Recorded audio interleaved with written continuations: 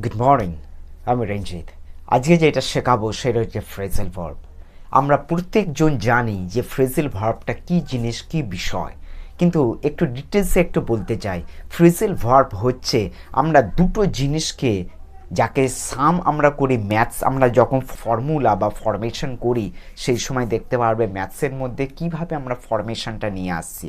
তাহলে আমাদের থাকছে ভার্বের সাথে, আমরা প্রথম ভার্ব লিখছি, ভার্ব যুক্ত থাকছে আমাদের প্রিপোজিশন। তাহলে ভার্বের সাথে যখন প্রিপোজিশন থাকছে তখন আমাদের ফ্রেজাল ভার্ব তৈরি হচ্ছে। চলো আমরা দেখি সেই ফ্রেজাল ভার্বটা কিভাবে লিখছি। PHRASAL phrasal verb. এই ধরো ফ্রেজাল ভার্ব আমাদের, দেখো আমরা ডেফিনেশন করব, মানে এইটার মানেটা কি। আমরা অনেক সময় আমরা বুঝি না, বা আমি শর্টকাটে আমি জানাতে চাইছি যে ফ্রেজাল ভার্ব কি করে তুমি বুঝতে পারবে খুব সহজে। তাহলে ফ্রেজাল ভার্ব হচ্ছে আমাদের ভার্বের সাথে যুক্ত করছি আমরা ভার্ব প্লাস আমাদের প্রিপোজিশন থাকছে, প্রিপোজিশন। তাহলে ভার্বের সাথে যখন প্রিপোজিশন থাকছে তখন ইকুয়াল টু ফ্রেজাল ভার্ব। তাহলে আমরা বুঝতে পারছি ভার্ব যুক্ত preposition equal to phrasal verb. ঠিক ম্যাথসের মতো ইজি সলভ। এইবারে এইটার কিছু এক্সাম্পল বোঝাই, সেটা তুমি বুঝতে পারবে সে ফ্রেজাল ভার্ব মানে ভার্বের সাথে প্রিপোজিশন কিভাবে হচ্ছে। যেরকম এক্সাম্পল হচ্ছে give up, call out, deal with, etc. এরকম বিভিন্ন ধরনের দেখতে পাবে, give up, call out, deal with, etcetera আমি দিয়েছি, প্রচুর দেখতে পাবে। তাদের মধ্যেই আমি আজকে কিছু বিষয় শেখাবো।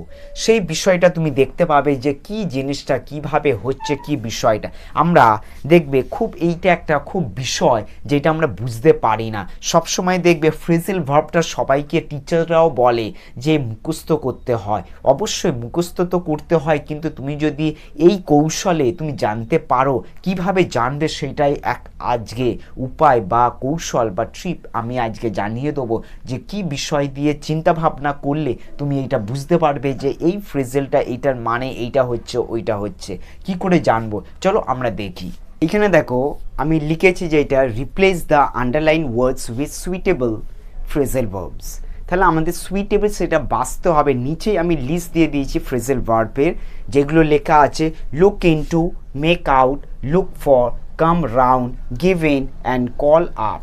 আমাদের এইগুলো দেখলে আমরা মনে পড়ে যাচ্ছে বা মনে করছি যে কি হতে পারে, কি বিষয়টা। আমি বারবার করে বলে দিয়েছি যে বিষয়টা হচ্ছে, আর এই পড়াটা বারবার করে জানাচ্ছি যে এই পড়াটা ক্লাস 9-এর বইয়ের মধ্যে আছে, হ্যাঁ, চ্যাপ্টার 7-এ। সেইখান থেকে অনেক স্টুডেন্ট আমাদেরকে জানিয়েছে বা বলেছে, স্যার ফ্রেজাল ভার্বটা একটু বুঝিয়ে দিলে খুব ভালো হয়। কেন ফ্রেজাল ভার্বগুলো খালি বেশি মুখস্থ করতে হয়, বানিয়ে কিছু করতে পারি না বা মনে রাখা যাচ্ছে না, বা কি করলে কি সুবিধা হয় সেইটাই আমি জানিয়ে দিলাম কিভাবে করবে। তাহলে দেখো নাম্বার 1-এ আছে the enemy surrendered without a fight. তাহলে স্যারেন্ডার মানে দেখো উইথাউট আ ফাইট, না করে স্যারেন্ডার হয়ে গেল, মানে স্টপ করে দিল, বন্ধ করে দিল। তাহলে এখানে কি ফ্রেজাল ভার্ব আছে যেটা বন্ধ বা স্টপ করে দিল।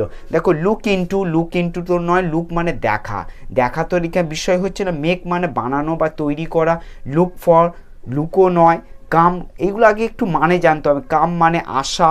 এবার গিভ ইন, গিভ ইন মানে ভেতরে, এই যে গিভ ইন মানে স্টপ হয়ে যাওয়া, মানে যাকে গিভ ইনটাকেই বলা হচ্ছে যে আমি ছেড়ে দিলাম, সারেন্ডার আমি করে দিলাম। এইবারে এই যে শব্দটা দেখছো, এই শব্দটা হবে গিভ ইন, কিন্তু আমাদের এইটা মনে রাখতে হবে যে সারেন্ডার, দেখো পাস্ট টেন্স লেখা আছে, কিন্তু এখানে তো পাস্ট টেন্স নেই, এইখানে আছে গিভ ইন। আমাদের মনে করে এখানে কি লিখতে হবে, এটাকে পাস্ট টেন্স লিখতে হবে। ঠিক এই জায়গাটায় আমরা ব্যবহার করব গেভ ইন। পাস্ট টেন্স আছে বলে আমরা পাস্ট টেন্স, যদি প্রেজেন্ট হতো তাহলে প্রেজেন্টেই আমরা লিখতাম। এইটা মনে করে আমাদেরকে লিখতে হবে, এইটা যেন ভুল না হয়, ভাবটা আমাকে ফলো করতে হবে। নেক্সট পরেরটাই আমরা যাচ্ছি, the child recovered in a month. এইবারে দেখো রিকভার্ড লেখা আছে, রিকভার মানে ভালো হয়ে গেল, সুস্থ হয়ে গেছে, ঠিক হয়ে গেছে। তাহলে এইখানে কি এমন শব্দ আছে বা ফ্রেজাল ভার্ব আছে যেটা রিকভার মানে সুস্থ বা ঠিক হয়ে গেল। লুক মানে লুক ইনটু মানে দেখার কথা বলছে, মেক আউট মানে তৈরি করা বানাবার কথা বলছে, লুক ফর মানে কোনো কিছু খোঁজার কথা বলছে, কাম রাউন্ড, এই যে কাম রাউন্ডটা আমরা দেখতে পাচ্ছি, কাম রাউন্ড মানে ঠিক হয়ে যাওয়া, মানে ঘুরে ফিরিয়ে যে ঠিক হয়ে যাওয়া, সুস্থ হয়ে যাওয়া, এই যে কাম রাউন্ডটা। তাহলে রিকভার্ড মানে হচ্ছে কাম রাউন্ড। তাহলে এখানে দেখো পাস্ট টেন্স এইখানেও আছে, কিন্তু এখানে কাম আছে, কামটা আমাদের প্রেজেন্টে, আমাদের তো পাস্ট নয়, তাই জন্য আমরা কি করতে হবে, আমাদের পাস্ট ব্যবহার করতে হবে। তাহলে এইটা কামটা কি হয়ে যাবে, কেম, কেম, আর এটা রাউন্ড, এইটা আমাদের আনসার, কেম রাউন্ড। তারপর 3 number, the police investigated the case. এই যে ইনভেস্টিগেটেড লেখা আছে, ইনভেস্টিগেটেড মানেই হচ্ছে যে তদন্ত করা, সেই তদন্ত। তাহলে এখানে আমরা কি জিনিসটা আছে আমাদের, তাহলে এটাও কমপ্লিট হয়ে গেল। তদন্ত করাটা কি বলছে, লুক ইনটু, লুক মানে ভেতরে ভালো করে দেখা, ইনটু মানে গভীরে দেখা, তার মানে দেখবো ভেতরে, তার মানে ইনভেস্টিগেট মানে লুক ইনটু, এইটাকে বোঝাতে চাইছে, লুক ইনটু। তাহলে আমাদের আনসার হবে, দেখো পাস্ট টেন্স আছে ইডি, তাই জন্য আমরা ব্যবহার করব লুকড ইনটু, পাস্ট টেন্স আমরা ব্যবহার করি looked into. Next number 4, Puja could understand what her sister shed.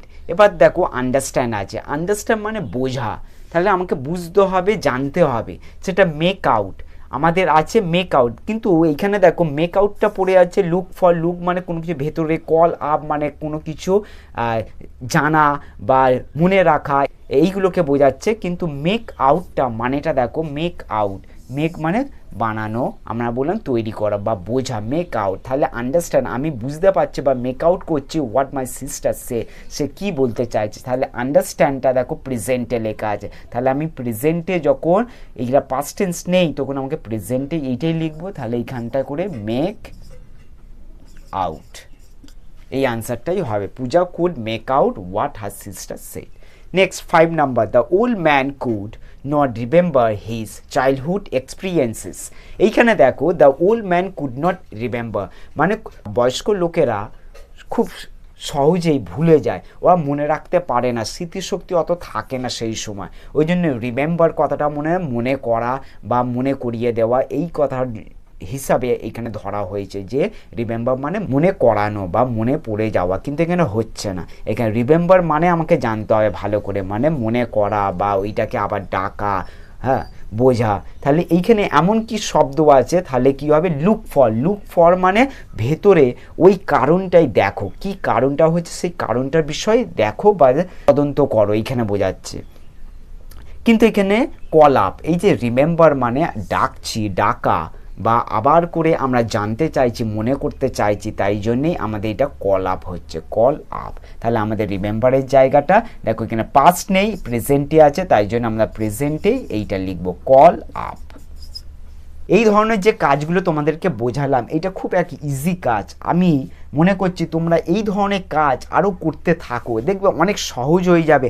এই যে কাজগুলো তোমাদেরকে পুরো দেখালাম, এই কাজগুলো আবার একবার করে করো, দেখো এইগুলোই করতে থাকো, দেখো মনে পড়ে যাবে যে কিভাবে কি হচ্ছে। আমি আরও 4-5টা আমি দিয়ে দিচ্ছি ফ্রেজাল ভার্বের বিষয়, সেগুলো করতে থাকো, দেখো খুব সহজ হয়ে যাবে, খুব ইজি হয়ে যাবে। তোমাদের আর মুখস্থ করার কোনো দরকার নেই, খালি বুঝবে বিষয়টা কিভাবে হচ্ছে, বোঝো জিনিসটা, এর সাথে ওর সাথে মেলাবার চেষ্টা করো যে এটা কি বলতে চাইছে, কিভাবে আমরা বুঝবো, কিভাবে যেরকম আমি বোঝালাম সেই জিনিসটাকে ফলো আপ করো, তাহলেই দেখবে বুঝতে পারবে। আর কিন্তু লাইক অ্যান্ড শেয়ার করতে যেন না ভুলো, কেন আমরা এই যে পড়া শিখছি, আমরা এই যে জানছি, শুধু আমরা নিজেরাই জানবো না, আমরা যেন আরো দুটো মানুষকে যেন শেয়ার করে জানাতে পারি।